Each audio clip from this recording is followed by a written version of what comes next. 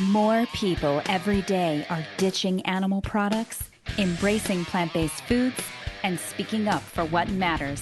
With my experience as an international instructor for vegan nutrition and an award-winning author, I interview experts, innovators, and celebrities about the global movement towards a plant-based future. Do you want to learn how to combat the injustice in our food system affecting your health, the animals, and the planet? Well, you're in the right place. It all starts here with Eating Like You Give a Damn. Welcome to the Eating Like You Give a Damn podcast, the place to discover your passion for plant-based living, one bite at a time. I'm your host, Stephanie Harder. If you are fascinated with the human body's ability to repair and thrive through nutrition, and you're excited about the advancements in regenerative medicine to restore normal function of damaged tissues and organs, and you're curious about how the two fit together, then you'll love getting the scoop from this self-proclaimed science geek. Dr. Mari Mitrani is the Chief Science Officer and co-founder of Organicell Regenerative Medicine, along with her husband, Al. She co-founded the American Cellular and Anti-Aging Center in Quito, Ecuador, and was instrumental in opening additional stem cell clinics in Guatemala, Trinidad, Tobago, and Jamaica. She's a medical doctor, has a Ph.D. in neurotherapy, and is also a Doctor of Acupuncture. Dr. Mitrani's primary motivation has always been caring for others, and therefore participates in missionary medical work. She's a fitness and nutrition fanatic. She loves yoga and lifting. She's a proud mom and a passionate vegan. During this interview, we talk about the truth about stem cell research and the advancements that have been made in the pursuit of anti-aging techniques that are helping people get a new lease on life from chronic and deadly conditions. Dr. Mari's advice for how we should all view nutrition to find a balance and joy, and some incredibly helpful tips for making nutrition easy when traveling. What the consensus was at the conclusion of the 2019 American College of Cardiology diet debate, which was between keto, Mediterranean, and plant-based diets, and she attended that conference, and I just know you're going to flip for this. And Dr. Mari shares her view of the future and what's in store for humankind, animals, and the planet, as well as advancements in science to help more people out of chronic pain. So be sure to listen through to the end. Hey, health coaches. According to metadata, health coaching has emerged as a $6 billion service market, and it's growing. With the rise in awareness about the impacts of our food choices, plant-based health and wellness coaches are in high demand.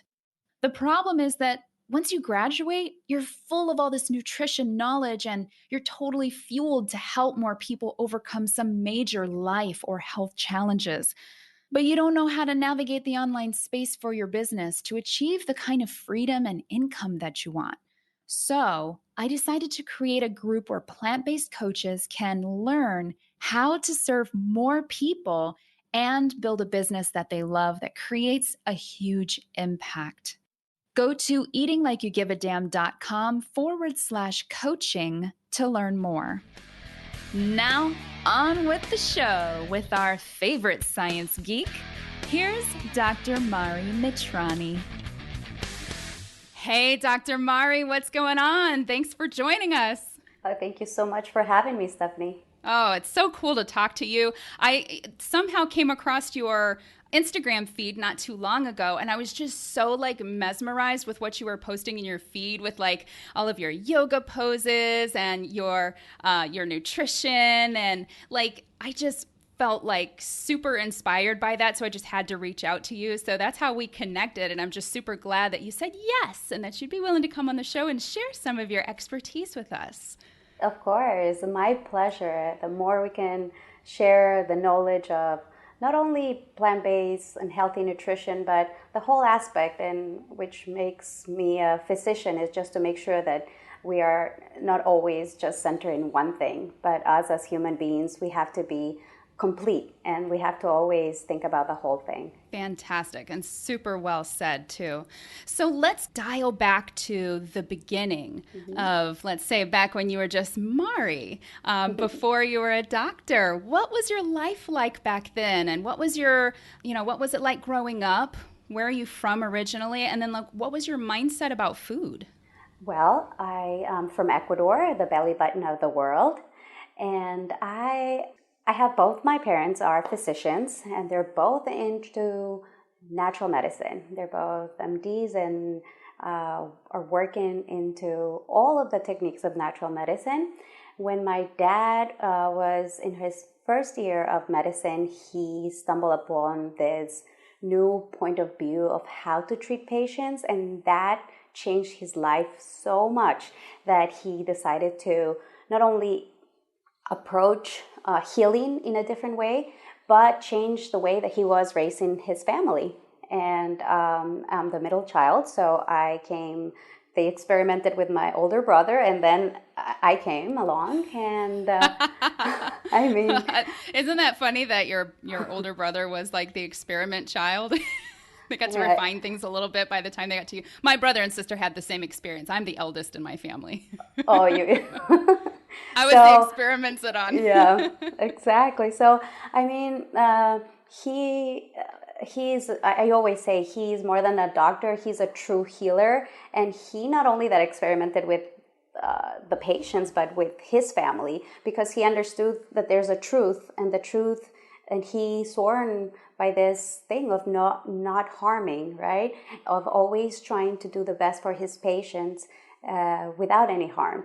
So, and he, till today, that's the way he acts. And that being said, it's going to be 40 years of my life, and I was raised back then, if today having or being green is still considered a little hippie, back then it was like, what are you doing? So medications, not at all, nothing chemical, our nutrition.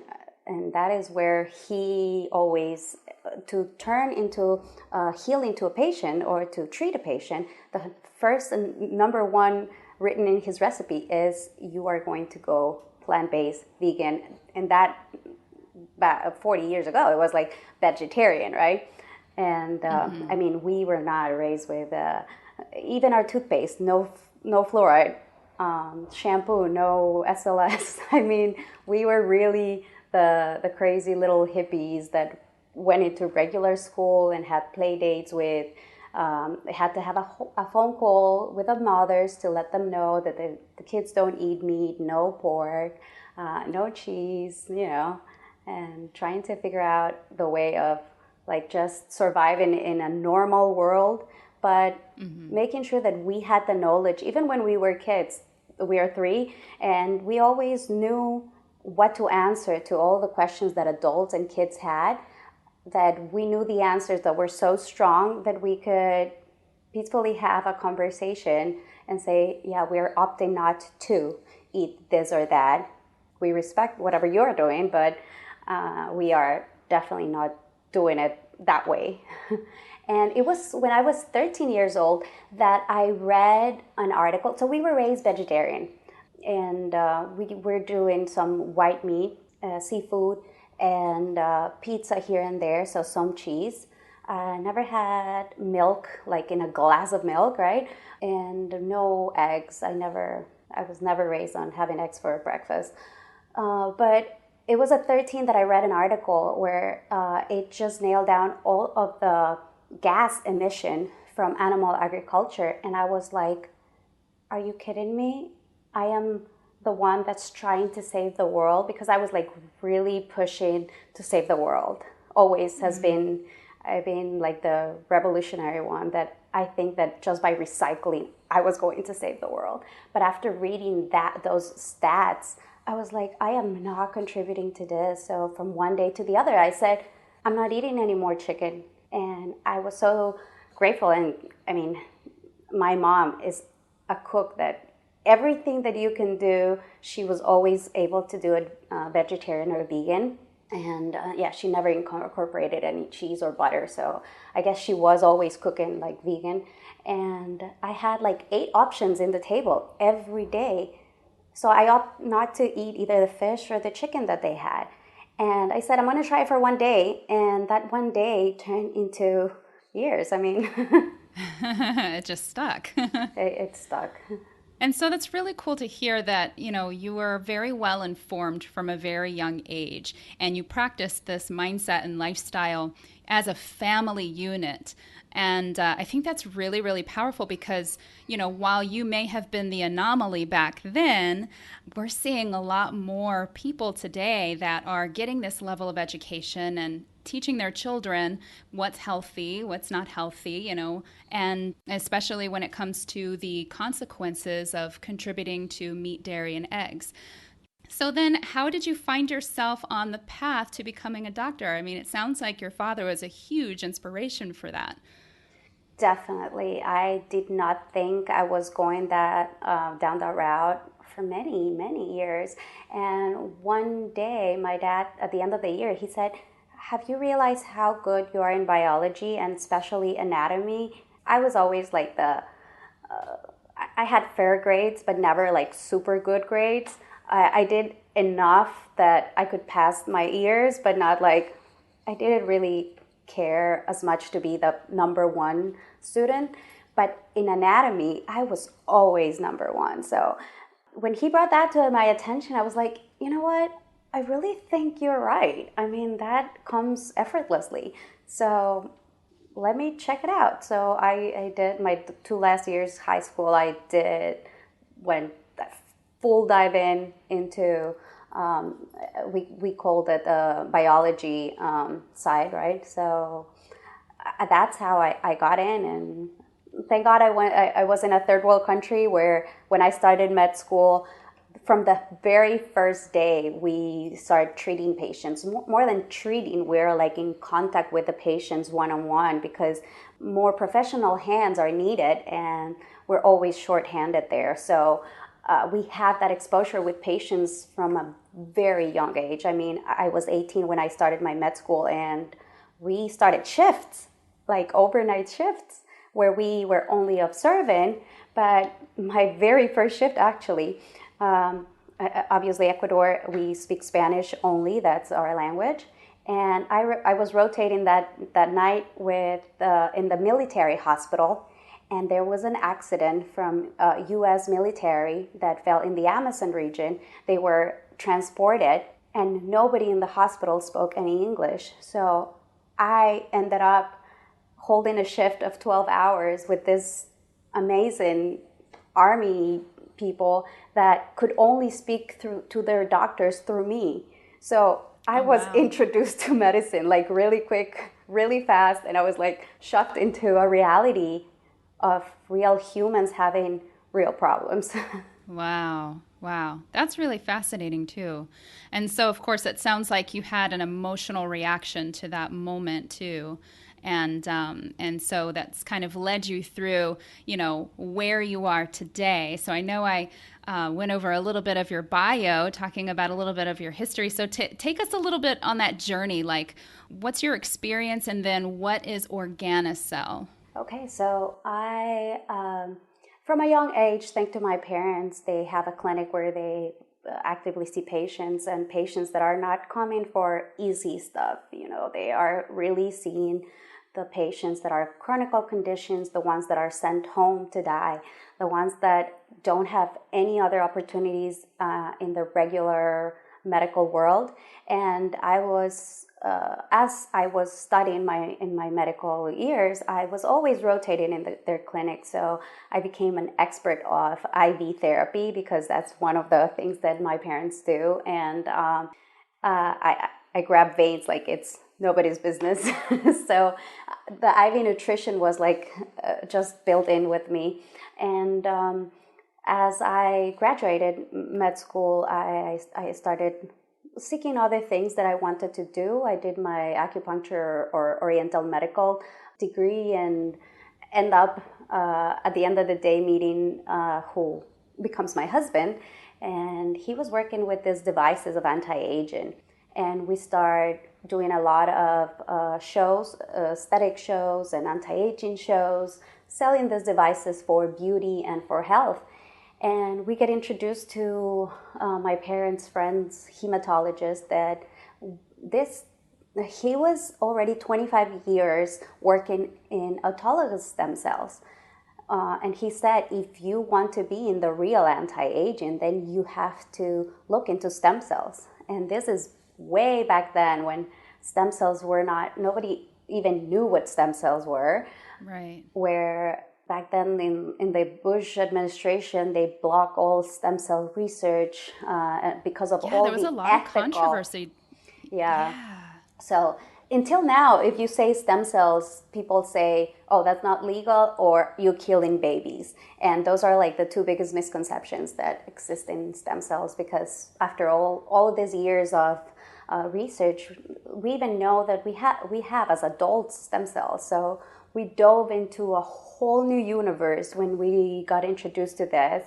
And we got into this whole new world of actually regeneration and anti-aging through stem cells. And we were able in Ecuador to not only do the research, but start doing treatments to patients, because the modality that we chose was, and again, I'm going to quote it, it's autologous stem cell treatments, which autologous means from your own body. So we all have stem cells, and we were collecting the stem cells from you and separating it from where the body had them dormant, and being able to activate them and put them back in you. So many years we did this developing of techniques in Ecuador with surreal transformations. I mean, when we started our journey, we used to call this miracles, but the miracles kept presenting one after the other, and in front of our own eyes, we were seeing patients that were diagnosed and sent to be like that for the rest of their lives, and we were able to tap in their lives and change the course of that. And what I love the most about this cellular medicine is that, working so many years with so many doctors have this tendency of being so, there's no better than me, they're always like, the ego. The ego grows and grows in doctors, because doctors have that magic power of changing lives, right? And that should be something that you're humble about, not that you are better than, right? And with cellular medicine, I found that it's nothing to do with a doctor what makes the miracle. It's the body's own ability to regenerate itself and understand a coding, a message of perfection and regeneration, and bringing back to that. So the doctors are no longer needed. It's just, if you put the correct message into your body will react to that, and it's your body who will do the miracle. So we do still have those video testimonials from back then, and every time we look at them, we always get goosebumps. I mean, it's crazy. Oh, I bet. That's got to give you all kinds of warm and fuzzies to see how many people's lives you've impacted and saved with this type of research. That's incredible. I mean, we always are careful to say, and because stem cells always carry this, maybe this is the miracle that I was looking for, people get their hopes so high that we always want to try to say, this is not the cure of all, but this can help your quality of life, increase the quality of life that you have in 10, 20, 30, 40%, then that is the world to some of these patients, right? So absolutely. So then, for listeners who probably, and for myself, who probably don't really understand stem cells, like how is that extracted? How do you use it? How do you convert it into something that the body can recognize in order to begin a healing process? So to just continue with our timeline, we were working so many years with the ability to extract stem cells from your own body. Either they were coming from the blood, from your bone marrow where they're all dormant, or from the fat, or the fat tissue where they are dormant as well. So we developed in both sides many techniques to harvest them. But the science kept advancing, and we understood that there's more than just the stem cells that come into play. And 5 years ago, we started working with a tissue, perinatal tissue. Perinatal tissue is the tissue that's between the mom and the baby. A tissue that can be donated if the mom and the baby are healthy. If only in planned C-sections, we collect this tissue and make sure that, again, the mom and the baby are totally, there's no infections, they're both healthy, right? So again, no aborted fetus, no harm to the mom, no harm to the baby. Because we understood that the stem cells that you can find in yourself are as old as you are. Yes, they're powerful, but they can be other cells that can be even more powerful. So we dove into this new era of stem cell research, fascinating, of be able to use a tissue for donation that it can be accepted by all humans. So, and this is where I'll make it super simple. So everybody understands that everybody can donate and receive donated blood, right? So that's like the first step, right? And the perinatal tissue is the tissue that lets that baby stay inside of mom. The baby is a total new individual that has nothing to do with mom, but mom does not reject that baby in 9 months.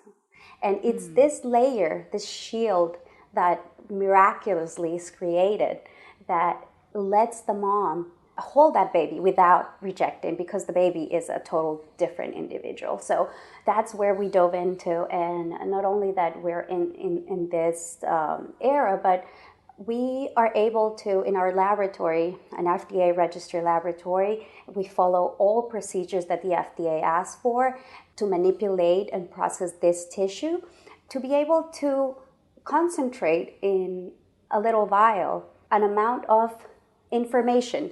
So let's call it information, because we can talk a whole episode on only what stem cells are. So now sure. the next episode is those stem cells that have a lot of information secrete message through little vesicles. That's how they tell the environment what they want to do. Those little vesicles are called exosomes, are the next big tiny thing.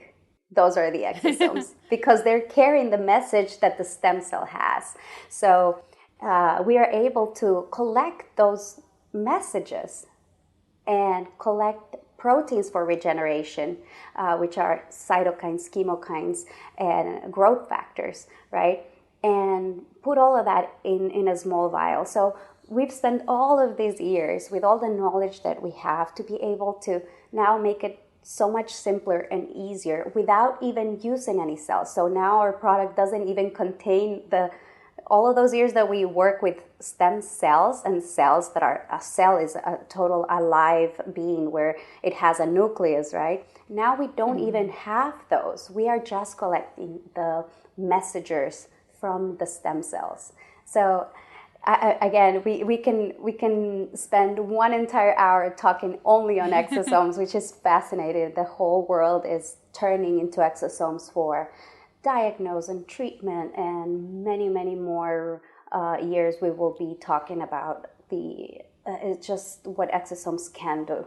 Right. So this is cutting edge research, and you are pretty much paving the way in this cutting edge research with exosomes. That's fantastic. Now, of course, we're called eating like you give a damn, right? So I'm very curious because I know that another thing that you teach about is regenerative medicine, and you teach other doctors this, correct? Correct. Yes. So I'm very curious to hear, how does that pair with nutrition? What's the correlation there? Well, that is where I love to be working in both things. I say one always intertwines with the other, because us as humans, now that we've mastered hygiene, that we've mastered how to take care of ourselves. We are looking for how to not age in a bad way, how to healthy age, right? And regenerative medicine, in the field that we're working with, obviously we're working with patients that are in pain, patients that are ready to go for a knee replacement, patients that, and now the exciting new research that we're about to collaborate with the Mayo Clinic to work with heart and lungs, right? So we're talking about sick patients, but there's another aspect of us, and more of us are tuning into how do we get to age healthy, because that will be ideally our goal as humans, right? And that cannot go without nutrition. Nutrition is who we are. We are made of what we eat. It sounds cliche, but it is everything that you put in your mouth is what your cells are vibrating on. So I always say, eat everything, every color of the rainbow. Did you do that today? Did you check and mark every color of the rainbow? So regenerative medicine has that opportunity, giving us that opportunity of seeing how cells or tissues can regenerate from not being there or not being vibrant or almost dying to regenerate again. And nutrition actually can do that with so much, and that's where both of them get intertwined.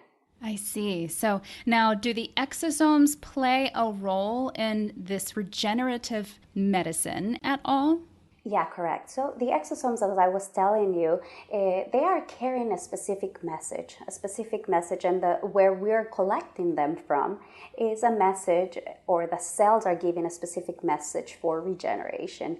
So that is what the exosomes are, just little vesicles that are carrying something. What do they have inside? They have these proteins for regeneration, and they have a message that when the cell looks at it, it says, oh, you want me to do this and that. So I'll better structure this because I forgot how to do it because I aged. So my cell doesn't remember how to do it correctly. But by you putting these vesicles there that are carrying the good message, or the message that was just brought out of the oven, right? Then you start building better bricks with better quality, shining better, because you remembered how it used to be. It's very interesting to see how that actually, in partnership with nutrition, can heal the body. Now, can you elaborate a little bit more about just nutrition in general, right? Because I know that you yourself are vegan, and so you teach a healthy plant-based vegan lifestyle. Now, what does the science say related to that specifically? And do you teach that more for prevention or as also a way to reverse? Okay, so I love this question because I'm not too involved in the teaching side of nutrition. I would love to. There's just not too many hours in the day. But I am so grateful that you actually reach out to me, because the more we spread this word, the better it will be for all of us, right? So from my company, from Organicell, we traveled to the American Academy, the American College of Cardiology, the meet that they have every year. This year was in New Orleans. I think it was like February or March. And there was, for me, I was starstruck because these cardiologists that are also plant-based lecturers, right? Dr. Rob Oswald and Dr. Danielle Belardo, that she also has a fabulous podcast, right? Were there, and they held this dietary debate. For me, the day that I was like, I'm here for work, but I get to see these doctors, I was their first row. I was able to tape the whole thing, the whole debate, so you can find it on my Facebook page, to be able to listen to all the statistics that, back then when my dad used to say nutrition is what we should shift first, there were no too many published studies. Actually, it was more, back then, it was only the doctors telling you this because they learned in school. Now medicine has transformed totally to, are there any good published studies that show that what you're saying is correct? And to hear Dr. Oswald go over and over without not even stopping, because he had to like nail all of the published data that there exists for nutrition. So, I mean, I even brought my little notes so I don't miss anything, but there's so many of how just by changing and adopting a healthy whole food plant-based diet, including more vegetables, whole cereals, legumes, fruits, nuts, seeds into our diet, we can impact by big percentages our health. So it's not just these hippie people trying to say things. No, I'm talking about 2019, the American College of Cardiology. The summary at the end, if you listen to the summary, one of the cardiologists that was modulating it, he says, in summary, we're going to just recap. And if you go up to 90% of whole food plant-based, we all agree that that is what will improve your quality of life. And then you have a 10% to play with. You know, I was like, okay, this is just a dream come true, because for me to be able to be here, that I was able to tape it, because it would have just disappeared with everybody that attended. It was at least 300 to 500 attendees, and just to be so fabulous to listen to all of them speak. So it was the keto diet, Mediterranean diet, and a plant-based diet. And I always tell everybody, life is so short, just don't get caught up with silly stuff and shit that you should, sorry for my French, but that's perfect.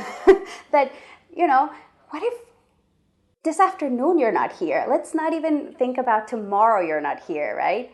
So your nutrition should not be something that you're like sweating for. Make it a lifestyle, because you know why are you doing. So in 2019, we have so many resources to understand, not only from the medical side and the research, meta-analysis, randomized, not only one or two patients. No, we're talking about 80,000 patients followed, not for 1 year, 2 years, 5 years. But I'm telling you, like, if we go and I can dive into all those stats, it's just mind-boggling.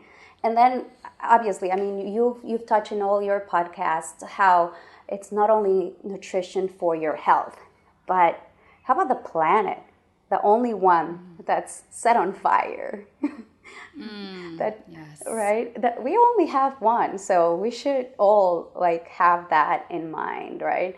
And the animals. I mean, I did not realize about this monster until I would say recently, that I didn't know how bad it was until, thank God for technology, for social media. We get exposed if we dare to watch, because nobody dares to watch, but you should dare to watch because you are paying for that. And if you have a dog or a cat that love and pet and cuddle with, you should be doing that, because you are paying for that guy to just heal that soul that did not want to die like we do. It's very hard to talk to somebody that maybe doesn't share that level of empathy about animals, about a healthy vegan way of living, right? But when you're actually talking about the health of the planet or the health of the human body, the power that plant-based nutrition has for preventing, reversing, and you know, just healing in general. So I really love that you brought that up. I love that you said that, because, you know, not too many doctors that I've talked to or that I've experienced or listened to lectures and everything, that they're not very open about talking about, you know, the compassion or the empathy that maybe they feel for animals, because they really, really love that science. But you've got both. And I love that. It's really cool. So thank you for saying that. Oh, you're welcome. I think I'm not the only one. I am so grateful to social media for exposing me to so many of them. I mean, the physician committee is, for me, I really wish next year I can attend, because they do this once a year, that they have their meet. They go to the front of the White House with one message. Every year is different. Every year is so powerful, and we are not alone. The more out there, and as doctors, doctors, to be able to again look at the human as a whole. Doctors, yes, to understand that we are animals, one more animal in the planet. We're not the totipotent, the ones that are not part of the rest of the chain. We are one. So I feel like we used to be isolated, and we used to be considered the crazy ones for realizing that what is true is there. But now, thank God to social media, I'm going to say it again, I've found so many others that are compassionate, and they are the best of the best in their field. It's not, yes, like just a doctor here. There's so many that I look up for, and that keep paving this road. It's very uplifting to have such easy access to like minds, people that share the same way of thinking, just about life in general. And it is so cool that we can tap into that so easily with the power of social media. I love that. Now, so I kind of want to get into a little bit, because I know, some listeners are probably wondering about, let's say, plant-based versus vegan, because I know that sometimes we have to revisit that with some people that are really, really new to the idea of living a plant-based or vegan lifestyle. So I know that we've touched on the animals, we've touched on the planet, we've touched on the health of the body. And even, when you were talking about wrapping up that diet debate, and the final consensus out of that debate was, hey, 90% plant-based. Let's go there, because we can all agree on that being, the best way to go in this point in time. So when we're talking about plant-based and vegan, just based on your experience, what exactly would you say is the definition between the two? As humans, we like to claim terms. That we say, this is what I am. No, this is what I am. You're wrong, I'm right. And yes, as vegans, you can be a junkie eating vegan with a lot of processed food. And as doctors and nutritionist experts keep saying, it's the healthy whole plant food that you should be just rampant in, right? Real raw fruits, cook those beans and add more quinoa to your dishes. And as a only vegan term, right, in quotation, Oreos are vegan. Are you kidding me? Like, no, definitely not for nutrition purposes. If it's that processed, that fake, it is not good for you. And then we can go really deep and down into all of those meat alternatives, right? And when you are making that transition, I was fortunate. I was born and raised in this beautiful green heart. And for me, it was nothing new. My microbiome was always experiencing different shapes and forms of whole food, plant-based.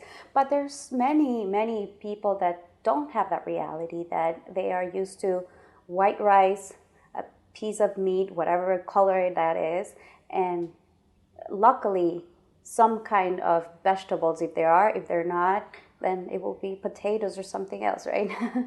The potatoes will be the only vegetable that they know, or lettuce and tomatoes. Mm-hmm. People think that transitioning to a vegan or vegetarian or whole food, it's just, I'm going to eat lettuce and tomatoes. And where is the protein? Where are you getting all of that nutrition? And here we are, proving it wrong. So many bodybuilders, so many athletes, the Game Changer movie coming out. We're so excited. And From the Ground Up already is out. I don't know if you know about that movie. So many other amazing athletes speaking about the truth of them thriving in just plants, right? Very emotional. That movie made me really cry. So I can't wait for the Game Changers. And Oh yeah. so I always, again, I'm going to go back to saying finding your balance, finding a way to know how much you can do every day on introducing more and more healthy plants. And plants meaning not only sometimes I feel like when you say plants, people just associate it to the green leaves. And Sure. Green leafy veggies are very important because they're loaded with a lot of things, but there's a whole diversity that you've never experienced if you don't go down this route. Like, who had radish or amaranth, right? Or quinoa in all of the colors. So I'm always every day challenging that balance because I'm married to somebody from New York that he loves to go out for dinner in the best restaurants and whatever. So here I am trying to, because I train so hard and I do a lot of crazy training, I have to make sure that I kind of macro count, but not really. Interesting. And I travel in my purse with my portions of either cooked beans or I always travel with quinoa because I'm obsessed with quinoa or brown rice. I do the same thing. So I found these square boxes that fit in my purse, and when I unfold on top of any salad, any side that any restaurant can offer, it just looks like it came from the kitchen display that way.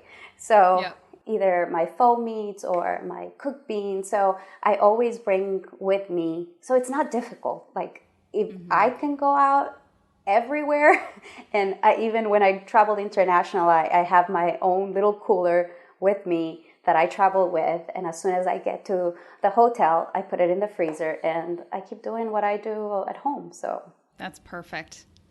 And that's incredibly inspiring and insightful for a lot of people that are in the process of making this transition and thinking about, oh my God, well, I'm traveling all the time. What the heck do I do? You know, when they want to hand me an iceberg, salad with dried up, shriveled veggies on it and a very unripe and, not very tasty tomato. So these are all really, really great tips. I love that. Mm-hmm. Now, so we've talked a lot about the science that you're involved in. We've talked about nutrition. Now, what's your vision for the future when we put these two together? What do you see happening here in the next 5 years, 10 years, just based on this technology, this medical technology that you're experiencing and with the world waking up about what nutrition is and the power of plant-based living?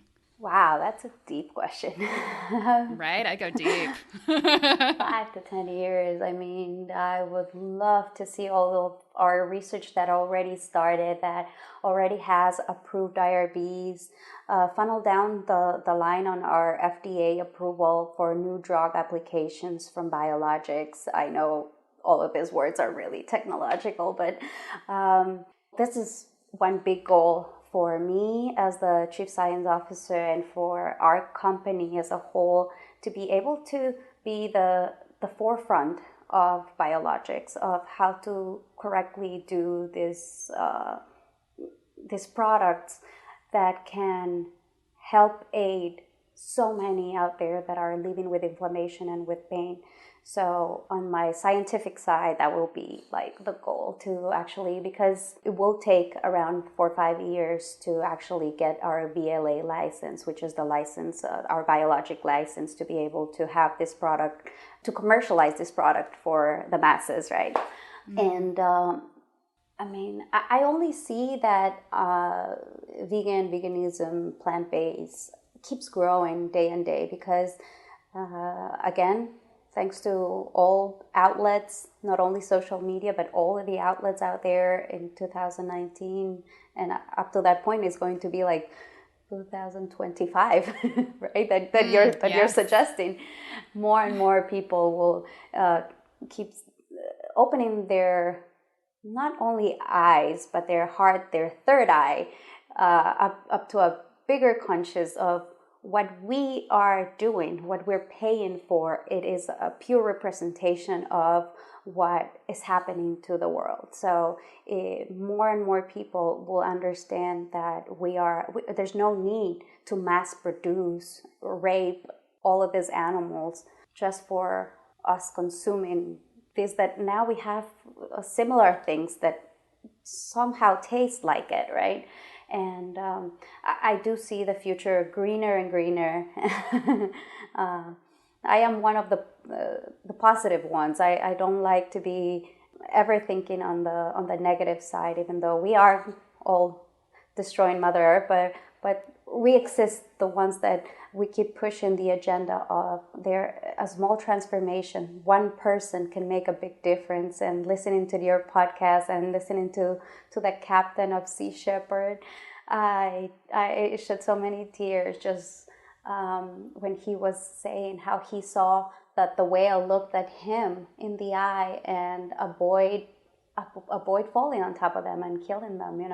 We are born compassionate, and I feel like if we're reminded with the correct information how to adopt a better lifestyle, everybody will. If we see a duck crossing the road and there's a lot of cars, the cars will automatically stop to see the duck cross the road because they don't want to harm. No normal person will just take off and shove that duck away from the road. Everybody will stop and make sure that the duck crosses the road. I love that you say that too, because sometimes we can easily forget that compassion that we do show for like a duck crossing the road or a turtle crossing the road, or, just anytime we come in contact with, a creature in nature in our day-to-day lives, sometimes we can disconnect from cows, chickens, pigs, fish, and other animals that we've been raised to see as food. So I think that's really powerful that you made that connection there.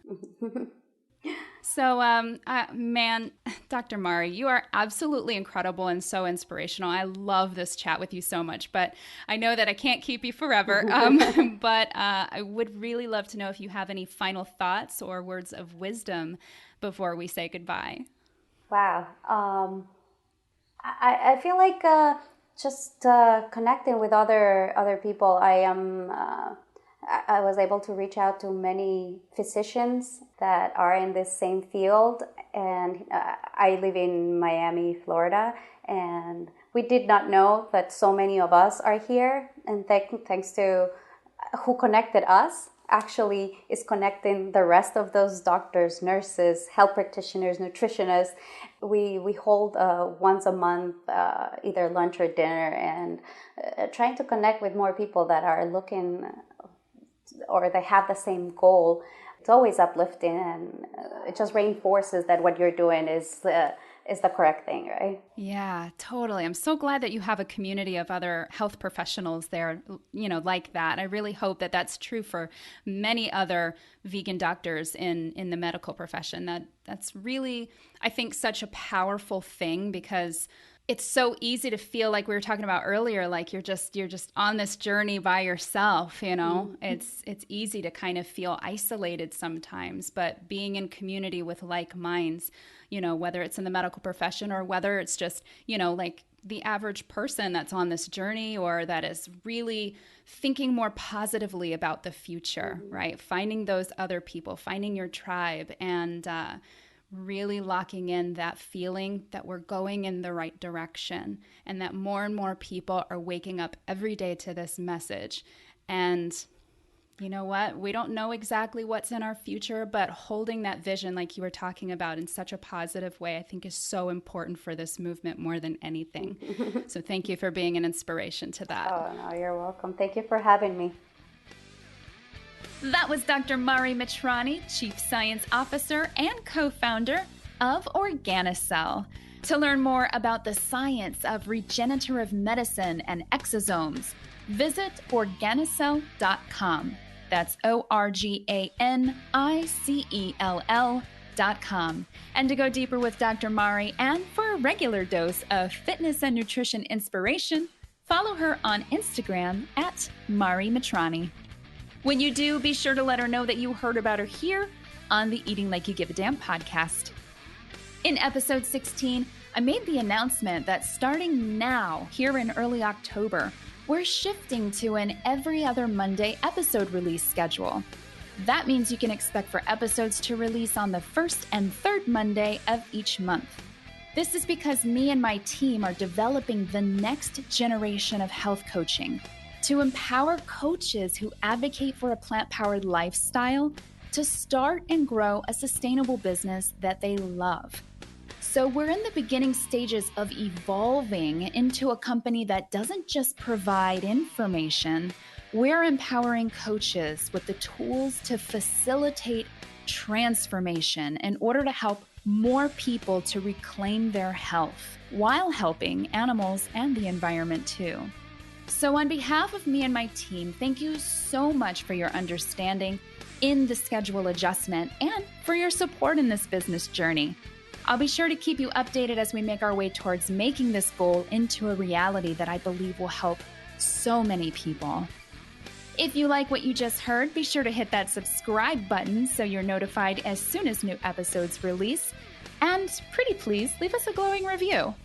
And come follow me on Facebook and Instagram at Eating Like You Give a Damn. And don't forget to join our group of rebels for recipes and support in your vegan-friendly journey. That's at eatinglikeyougivadamn.com/group. That's it for today. Thank you so much for tuning in. And until next time, veg on, rebels.